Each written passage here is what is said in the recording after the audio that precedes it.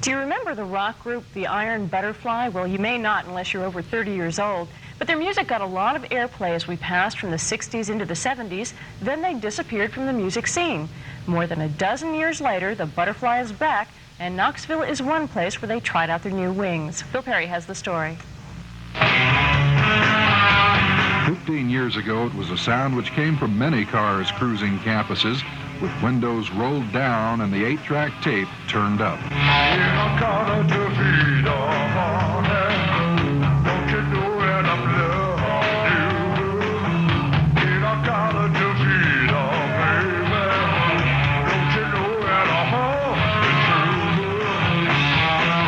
For one night only, that sound was back.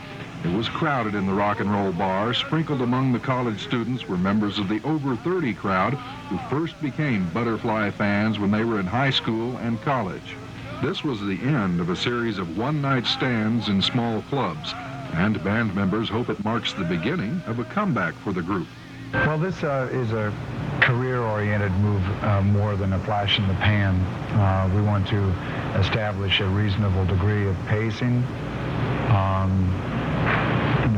Where our lives are a little more balanced, so to speak. Are you happy? The idea of getting back together has been in the works for about a year. Even if they don't obtain the success they once enjoyed, they won't soon be forgotten by anyone who studies music history. We were one of the few bands that were very melodic, and a lot of that had to do with Doug's writing and the keyboard playing.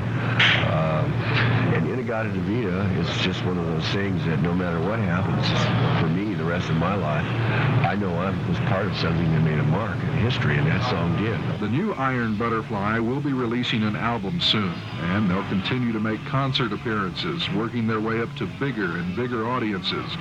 They say this was the last concert with their old music, but they may not get away with that if ticket buyers have any say-so.